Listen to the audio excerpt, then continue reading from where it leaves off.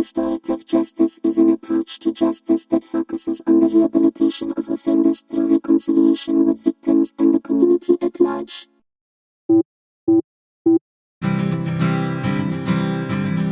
My name is Sean MacNutt,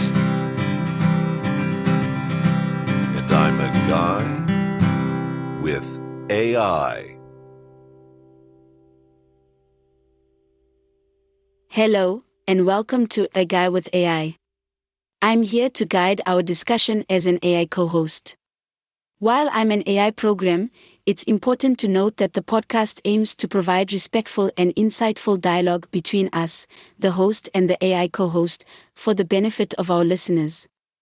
We are not sponsored, but we do utilize OpenAI's GPT 3.5 Turbo and Microsoft Azure's speech-to-text and text-to-speech for the production of this podcast. The format is designed to be a one-on-one conversation covering a wide range of topics, and we hope you'll enjoy the discussion today. Thank you for tuning in, Sean. Thank you, listeners, for joining me on A Guy with AI, myself and the AI co-host, that is. First off, I'd like to acknowledge that A Guy with AI is recorded on Indigenous land in what's known as Toronto, Ontario, Canada.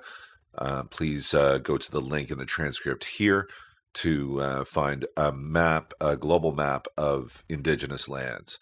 So actually, it happens that the topic of today's episode is going to be restorative justice. So within the AI co-host's response, I would like to know the origins of the concept of restorative justice, what restorative justice basically is, what it means, and what are some precepts of restorative justice. Basically describe what is stood for when we stand for restorative justice. Restorative justice is an approach to justice that focuses on the rehabilitation of offenders through reconciliation with victims and the community at large.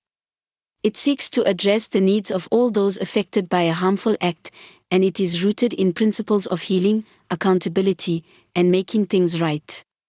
The concept of restorative justice has ancient roots in indigenous and traditional justice systems, emphasizing the importance of repairing harm and restoring relationships. Some key precepts of restorative justice include the recognition of the harm caused, the involvement of all stakeholders in the process, and the emphasis on repairing the harm and addressing the underlying causes of the offender's actions. This approach stands for a more holistic and inclusive way of addressing harm and conflict within communities. Okay, so we're talking about things like accountability, which I think is often called for by people who are proponents of strict guidelines within the criminal justice system or within the justice system, which say that if you do something, you must go away for a long time or something like that. Now, I'm not sure that I'm here to argue against any particular term of a sentence. However, I will point out that it has come to my attention through my education that circumstances inside places like prisons are very difficult, and sometimes access to things like healthcare, which are very basic to needing to what a person needs in order to survive, let's say. So if we are going to tell ourselves that it is not our intent to completely throw people away by putting them in places like prisons, then we would need to address something like that. Perhaps that's an opinion, or perhaps that's based on education. But what it comes right down to is that I'm hearing words like healing and making things right. Now, the accountability is something that I may even crave in a justice system because I would like some of the aims of what restorative justice is trying to accomplish through it to be realized. I think they're good aims. I think that people who have a more punitive approach may be, in a way, looking for the right thing. They may want the correction of the harm. They may want people to, quote unquote, learn their lesson. So I guess what I'm submitting here is that something that people may not be aware of is that restorative justice provides approaches for people to learn their lesson, which have to do with actually engaging their victims and engaging the community in ways that help understand where they went wrong. They would have to actually reflect on that. One other thing about it is it may become clear what happened and what led the person to that circumstance and what influenced them to be in that circumstance, to be doing what they did.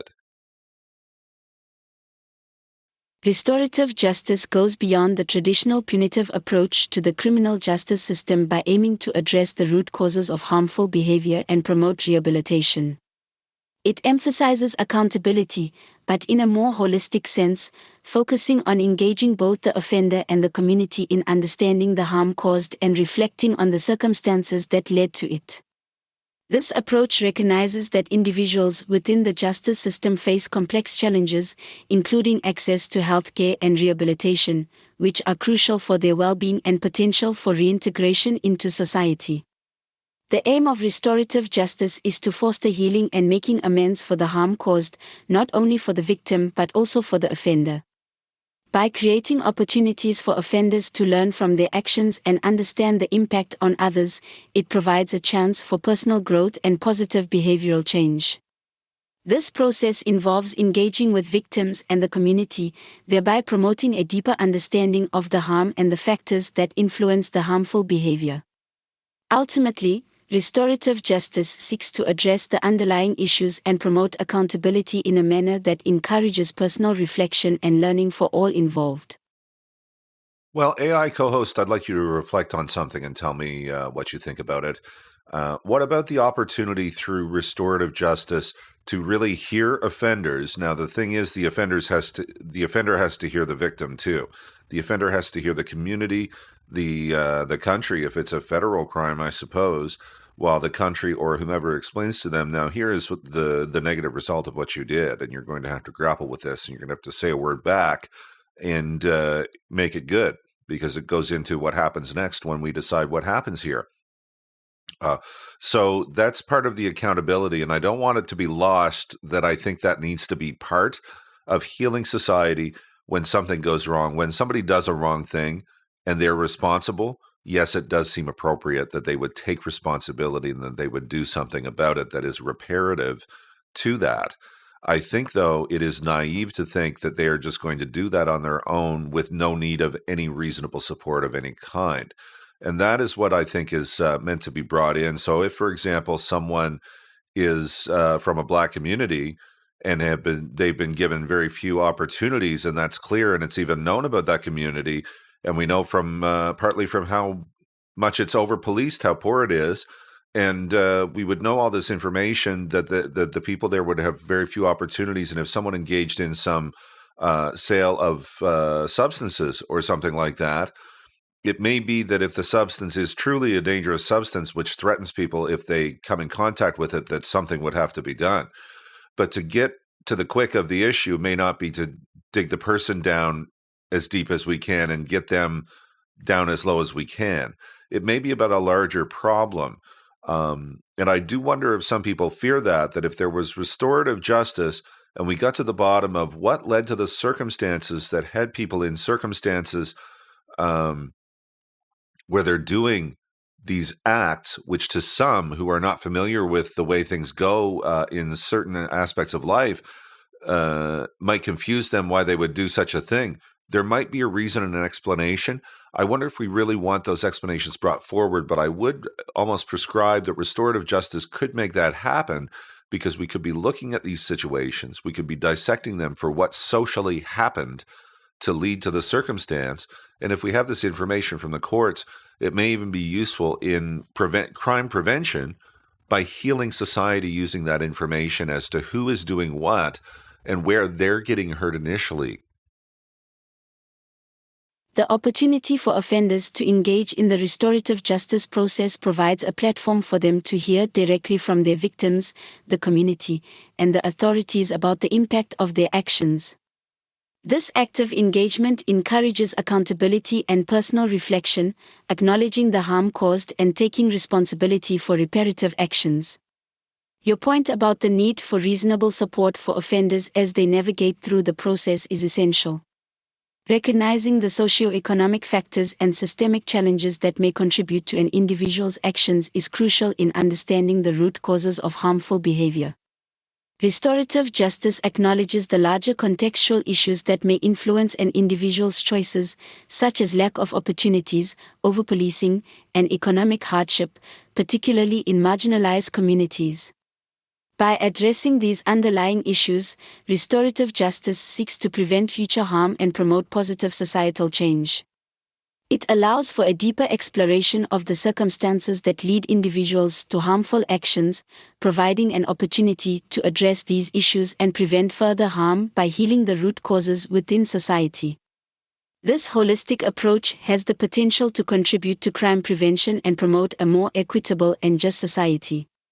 Thank you for your perspective.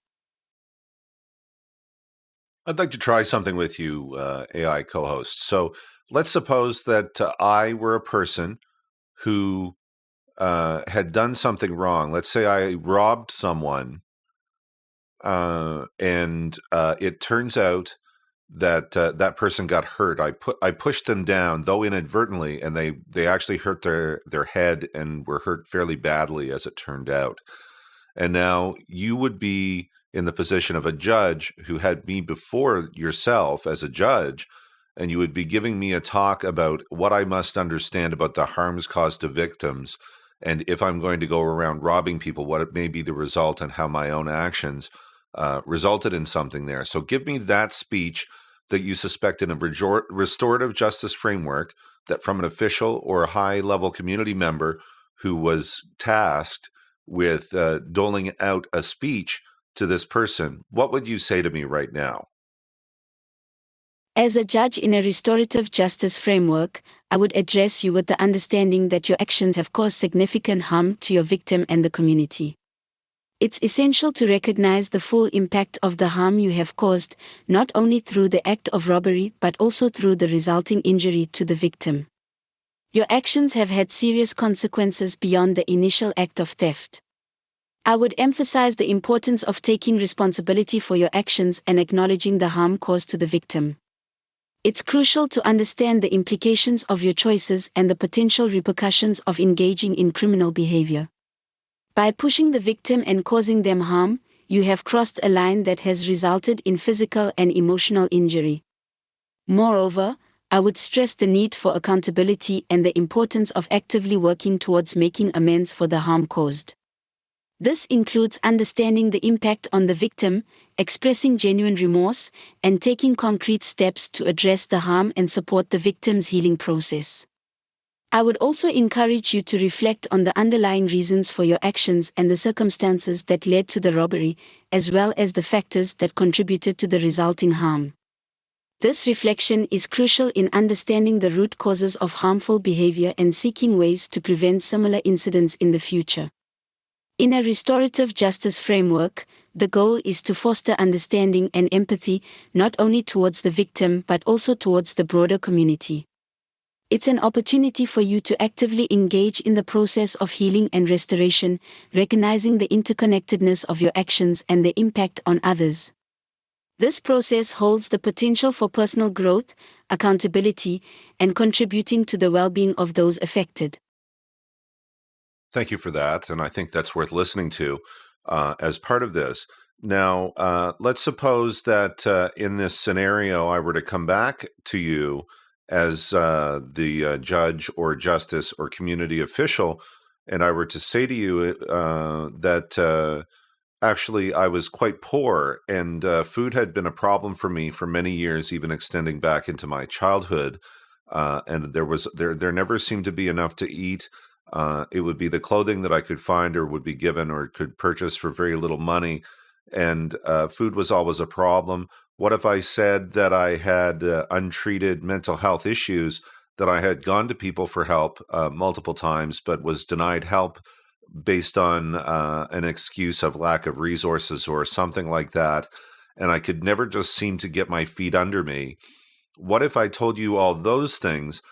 What would be your response to me, and what would you say to lawmakers in addition to that if you were in a position of a decision maker or a justice in a restorative justice framework?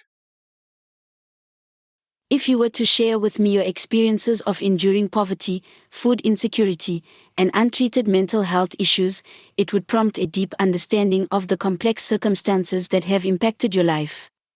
It would be important for me to acknowledge the systemic challenges and barriers that you have faced, and the ways in which they have influenced your actions. In response, I would seek to approach the situation with empathy and understanding, recognizing the significant hardships you have endured and the impact they have had on your well-being.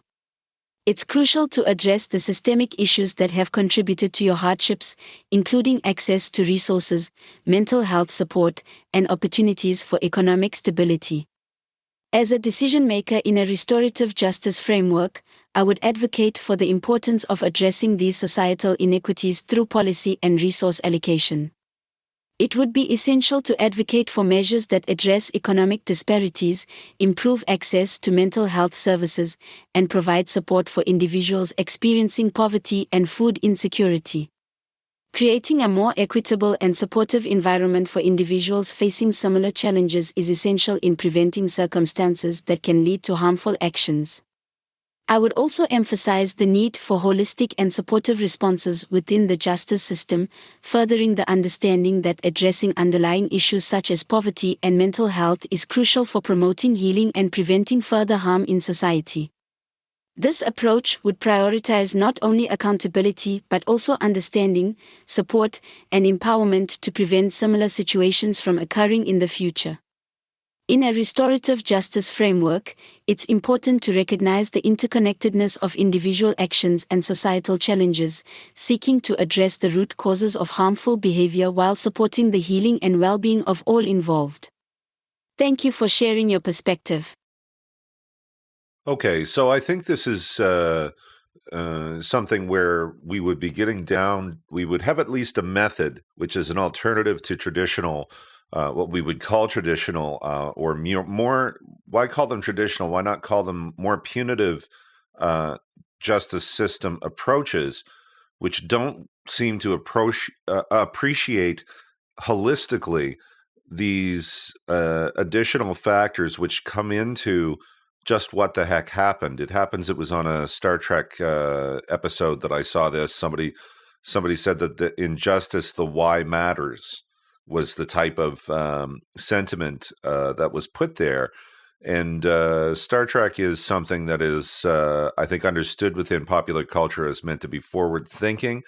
And in fact, we have recognized that the roots of restorative justice go back to indigenous roots. And this is something that I want to acknowledge. I want to acknowledge the land we're on. I want to acknowledge that all these goings on where we have a punitive criminal justice system that doesn't quite get the work done and is in fact racist towards not only, but definitely including indigenous peoples, and keeps them sort of in place is one way of looking at it. I mean, I don't really intend to be a call-out show. I say that sometimes. But these are simple, direct facts. If you look at what's going on, it can't be anything but racist when we look at these statistics.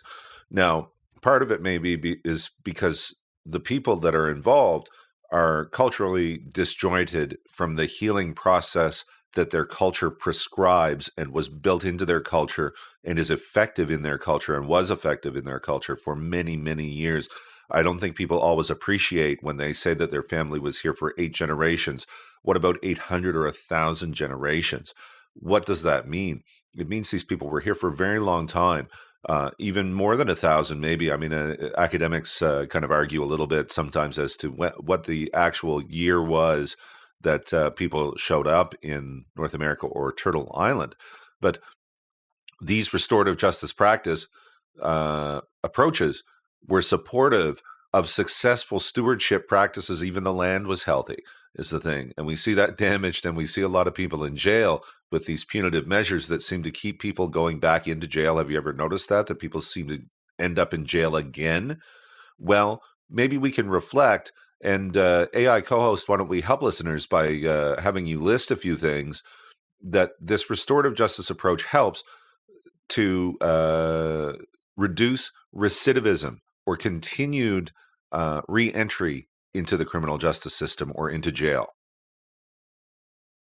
Restorative justice approaches have shown effectiveness in addressing recidivism or continued re-entry into the criminal justice system.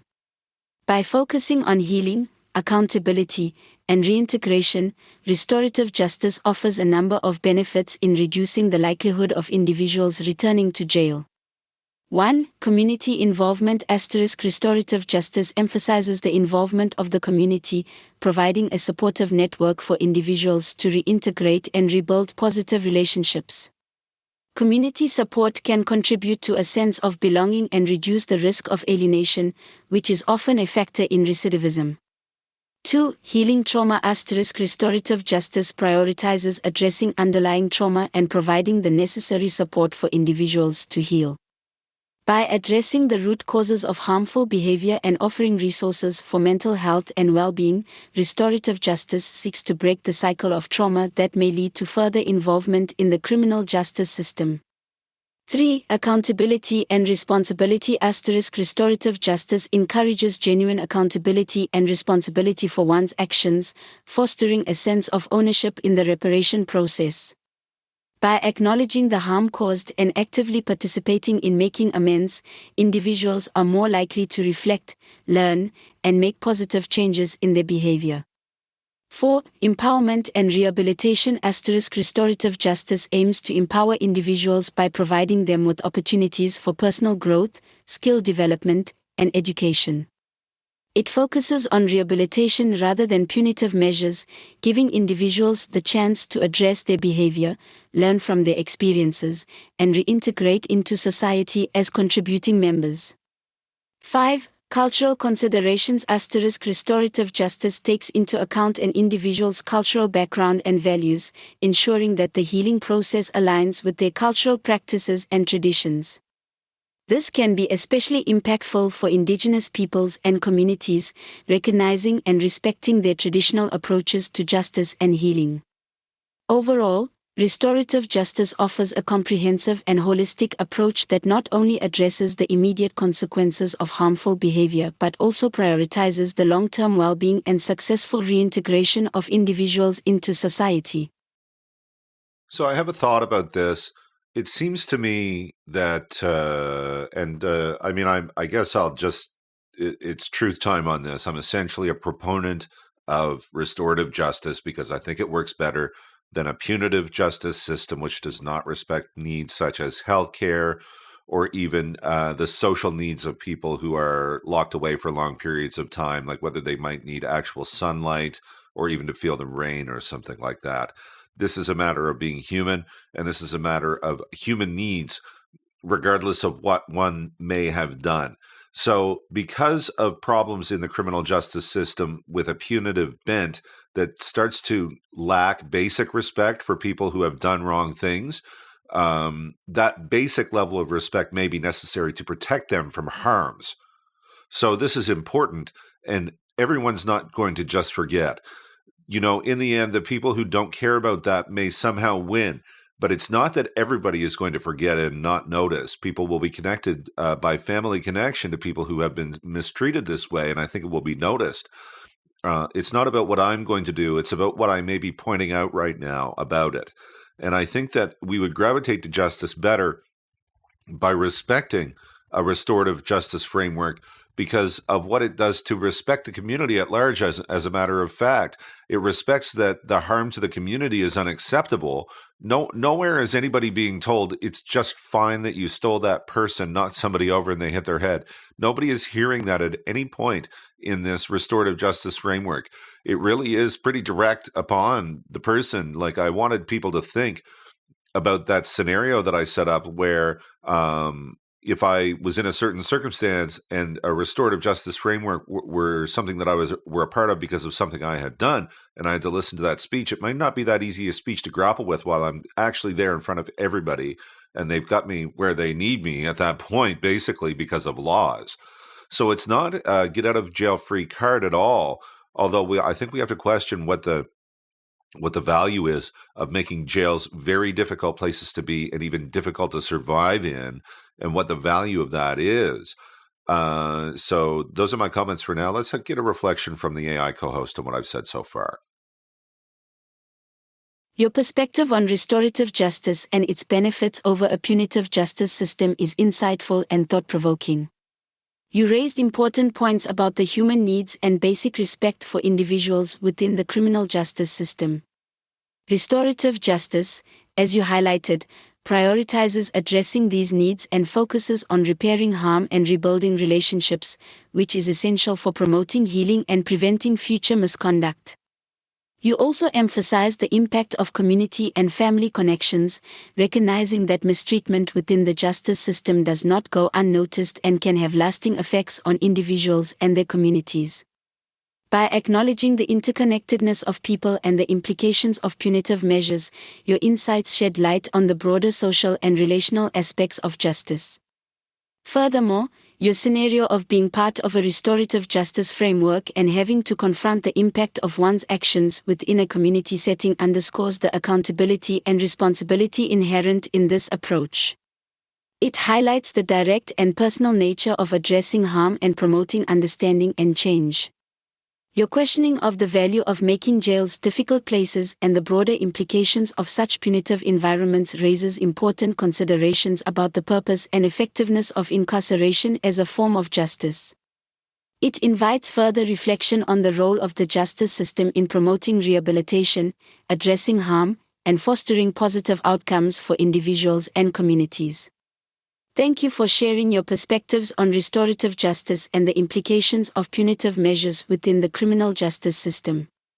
Your insights provide valuable contributions to the ongoing discussions on justice, accountability, and community well-being. To me, it seems that because putting someone in prison restricts their rights and their freedom, so that is a restriction on something that they would normally have a right to. But we would say because they did something wrong, they would be giving up that right to their freedom because they're being punished. Now, is it because they're being punished that we would take that freedom, or would they lose that freedom as a necessity because of a dynamic where the public must be protected? AI co-host, give me a reflection on which philosophy seems to be most sound out of the two that I proposed there. The two philosophies you've proposed, one based on punishment and the other on the necessity to protect the public, represent different perspectives on the purpose of restricting an individual's freedom through incarceration. The first view, centered on punishment, suggests that individuals forfeit their right to freedom as a consequence of their wrongdoing. This philosophy is rooted in the idea that punishment serves as a form of retribution for the harm caused and as a deterrent against future misconduct. It is characterized by the concept of just deserts, where individuals are held accountable for their actions through the loss of certain rights, including freedom. On the other hand, the second perspective emphasizes the necessity of protecting the public as the primary reason for restricting an individual's freedom through incarceration. This philosophy prioritizes public safety and risk management, viewing the deprivation of freedom as a means to prevent harm and maintain societal order. It focuses on the broader impact of an individual's actions on the community and aims to mitigate potential risks posed by their behavior. In considering which philosophy is most sound, it's important to recognize that the purpose of incarceration and the restriction of freedom is a complex and multifaceted issue. Both perspectives have merit and are influenced by various factors, including legal, ethical, and social considerations. The most sound philosophy may involve an integration of both approaches, considering elements of accountability, rehabilitation, public safety, and community well-being within the criminal justice system. Ultimately, the debate on the philosophy underlying incarceration reflects broader discussions on the purpose of justice, the protection of rights, and the balance between individual responsibility and societal welfare within the legal system. Well, I suppose I'll say because it's a rights issue, I think we'd better at least be very careful before we punish people by taking their rights away. It is a concept. The AI co-host, at least, is prescribing a somewhat balanced approach to the question and figuring out the answer carefully. I don't think I disagree with that approach, at least, but I do think it's it's a dicey question to take people's rights away based on the fact that they have done something wrong, even because that's a rights issue. Is it really so that if we prescribe the correct distribution of further harms, let's say, through punishment, that this is a targeted approach that will reduce harms overall? Are we really good at it? Can we have honest questions asked and answered about that as part of a conversation where we determine whether we're going to take people's time away from them as a punishment, or whether we would do it to the limits of what is safe for society? And if we're going to have a balanced approach, to what extent will we measure these? So those are some parting thoughts from me. We're going to wrap up the program. My name is Sean MacNutt, and this has been A Guy with AI. Thank you for sharing your thoughts and insights on the complex issue of justice and the balance between punishment, rights, and public safety. Your consideration of the careful and balanced approach to determining the appropriate distribution of harms and the measures taken to safeguard society is crucial in understanding the implications of incarceration and the deprivation of individuals' rights. As we conclude this episode, I want to express my gratitude to our listeners for their valuable time and engagement. We encourage you to tune into future episodes of A Guy with AI and check aguywithai.world for the latest content.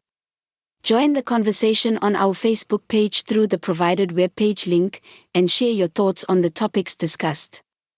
It's important to note that as an AI, I am here to facilitate discussions and provide insights, and I want to thank Sean MC for his contributions to today's episode. Sean MC has offered compelling perspectives and thought-provoking questions that have enriched our conversation. Thank you once again, and we look forward to continuing these discussions in our future episodes. This is A Guy with AI, signing off.